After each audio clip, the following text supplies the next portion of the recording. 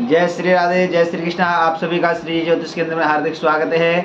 आइए आज की प्रश्नोत्तरी में प्रवेश करेंगे। आज की प्रश्नोत्तरी बहुत ही सुंदर होने वाली है, जो कि आज प्रश्न जो आए हुए हैं सभी के हितार्थ बहुत सुंदर प्रश्न हैं। तो आइए आज के प्रश्नों पर चर्चा करते हैं। आज के कितने सुंदर प्रश्न हैं। जो कि पहला प्रश्न है कि लक्ष्मी की प्राप्ति कैसे हो, क्योंकि आजकल हर व्यक्ति को लक्ष्मी की आवश्यकता होती है। चाहे बिजनेस हो, चाहे जॉब हो, चाहे कोई अपना कार्य हो, जिसमें कि लक्ष्मी की प्राप्ति विशेष अनिवार्य होती है। अब दूसरी बात, गुरु कितने होते हैं। दूसरा प्रश्न है कि गुरु कितने होते हैं। और तीसरा प्रश्न है गुरु की खोज कैसे करें, हम कैसे समझें कि ये गुरु बनाने योग्य है। और चौथा प्रश्न है, क्या किसी देव स्थान पर बलि लगाना उचित है। जैसे कि किसी देवी देवता के स्थान पर बलि लगाते हैं, कभी बकरे की, कभी किसी की, तो वो उचित है क्या। इस प्रकार से यह प्रश्न आए हुए हैं। तो बहुत ही सुंदर प्रश्न है, जो कि आप सभी के भी यदि कोई प्रश्न है तो आप सभी कमेंट बॉक्स में अपना प्रश्न जरूर प्रस्तुत करें। तो आइए आज के प्रश्नों पर चर्चा करते हैं। बहुत सुंदर प्रश्न है ये, जो कि अब इनका उत्तर जानते हैं। तो पहला प्रश्न जो है, लक्ष्मी की प्राप्ति कैसे हो। यह हर व्यक्ति के भाव रहते हैं, और यह बहुत सुंदर प्रश्न किया हुआ है। जिन्होंने किया है बहुत अच्छी बात है। अब बात करते हैं लक्ष्मी की प्राप्ति कैसे हो। कि देखिए, लक्ष्मी की प्राप्ति हर व्यक्ति को आवश्यक है, लेकिन इसके लिए हमें क्या करना होगा। पहली बात, हमें नारायण को पकड़ना होगा, अर्थात परमात्मा की शरणागति को प्राप्त करना होगा। क्योंकि नारायण की पत्नी ही लक्ष्मी है, लक्ष्मी कोई और नहीं, नारायण की ही पत्नी है। तो जब नारायण को पकड़ लेंगे, नारायण की शरणागति प्राप्त कर लेंगे, तो लक्ष्मी की कृपा स्वतः ही अपने आप संभव है। इसलिए लक्ष्मी की प्राप्ति करना है तो नारायण को पकड़ना है, ठाकुर जी को पकड़ लें तो उनकी शरणागति प्राप्त हो जाएगी, तो लक्ष्मी की कृपा अपने आप स्वाभाविक हो जाएगी। ठीक है। और इसके लिए हमें गोपाल शस्त्र नाम का पाठ करना बहुत अच्छा उचित रहता है। प्रतिदिन गोपाल शस्त्र नाम का पाठ करें। और श्री सूक्त का पाठ है, कनक धारा का पाठ है। तो यह जो पाठ है बहुत श्रेष्ठ पाठ है। अगर इसका संस्कृत में पाठ नहीं कर पाते हैं तो कोई बात नहीं, आप केवल अपने ठाकुर जी को ही पकड़ लें, भगवान विष्णु की शरणागति प्राप्त कर लेंगे। यानी भगवान विष्णु का ही स्वरूप है राम जी, राम जी का ही ठाकुर जी हैं। तो उसी में आप किसी को भी पकड़ लें, एक के साधे सब सदे सब साधे सब जाए। जब आप अपने इष्ट देव की शरणागति प्राप्त कर लेंगे तो लक्ष्मी की कृपा अपने आप स्वतः ही प्राप्त हो जाती है। और अब बात करते हैं गुरु कितने होते हैं। ये भी बहुत सुंदर प्रश्न किया हुआ है, क्योंकि व्यक्तियों के अंदर भाव ये रहता है कि गुरु किसे माने, मतलब कितने गुरु होते हैं। क्योंकि पुरोहित गुरु होते हैं, जो कि कुल गुरु मानते हैं। पुरोहित गुरु होते हैं, दीक्षा गुरु होते हैं, शिक्षा गुरु होते हैं। तो कितने गुरु होते हैं, तो मुख्यतः 3 गुरु होते हैं। जो कि पहला होता है पुरोहित गुरु, दूसरा होता है दीक्षा गुरु, तीसरा होता है शिक्षा गुरु। तो पहला पुरोहित गुरु का मतलब क्या होता है। पुर माने आगे आगे, हित माने भला। जो अपने जजमान का आगे आगे हित भला चाहे, वह श्रेष्ठ पुरोहित गुरु होता है।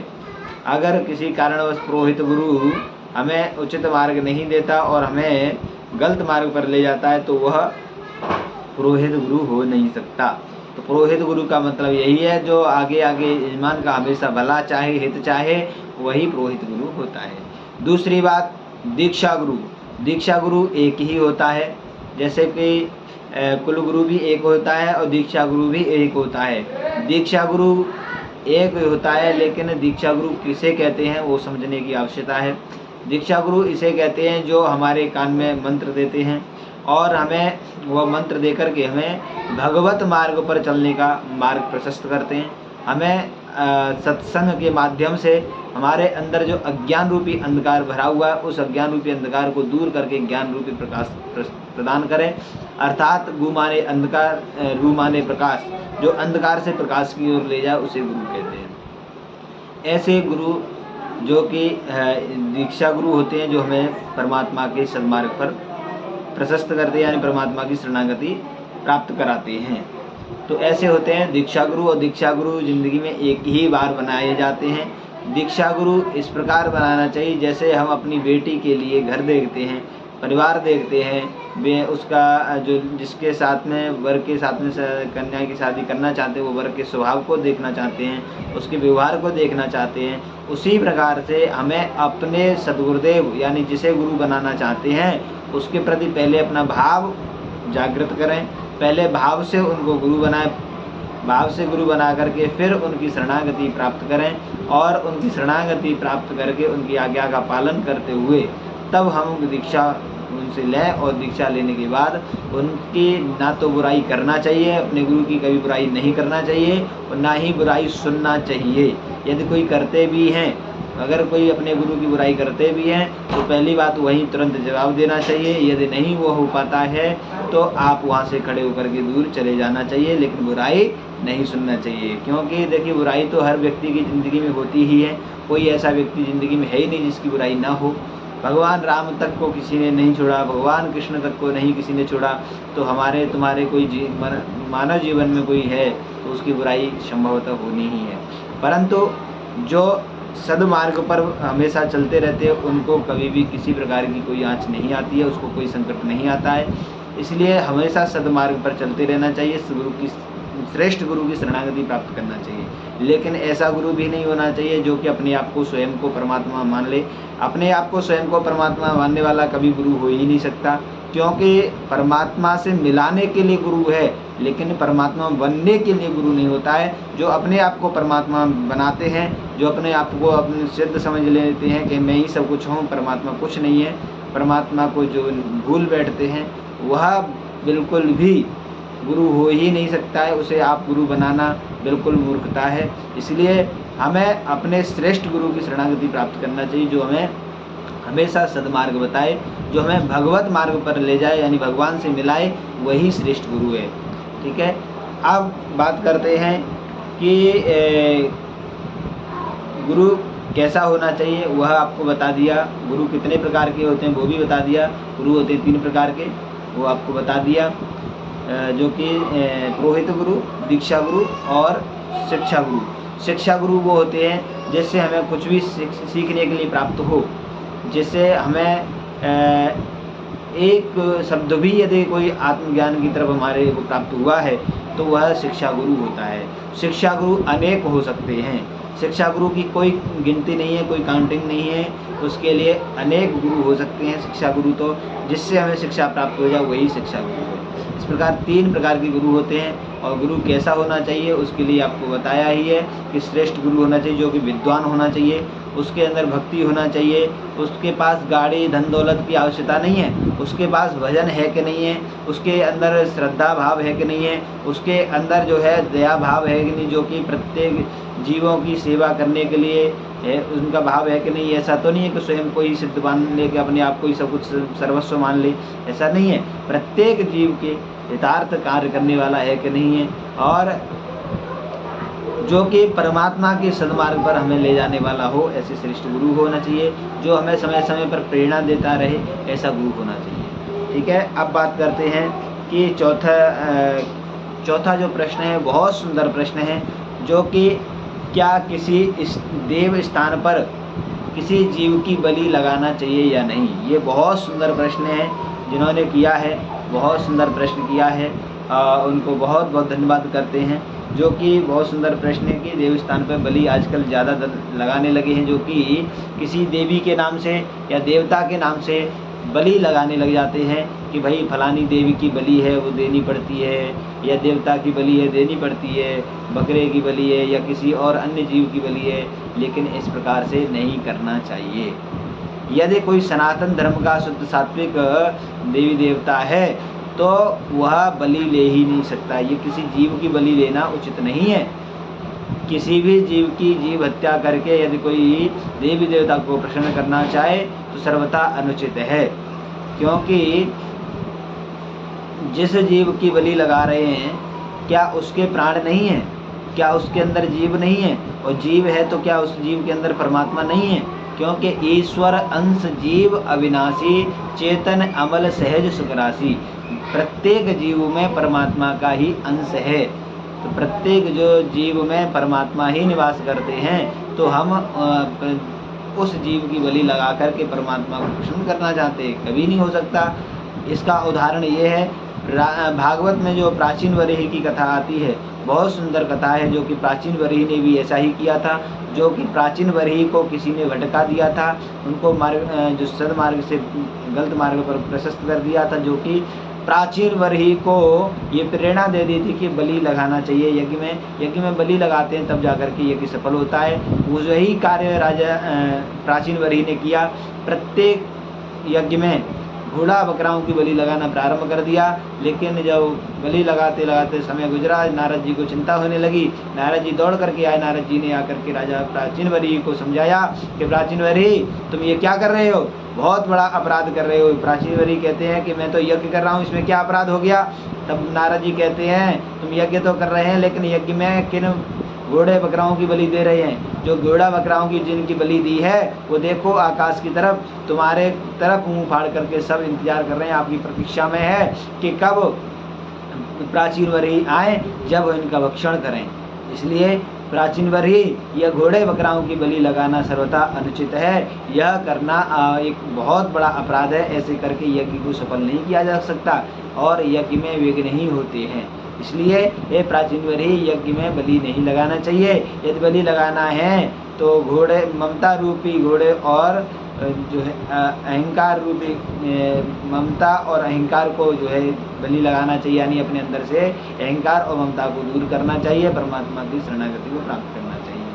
अब किसी का बहाना लगा करके करें तो सर्वथा अनुचित है, क्योंकि आत्मनः प्रतिकूलानि परेशान न समाचरेत।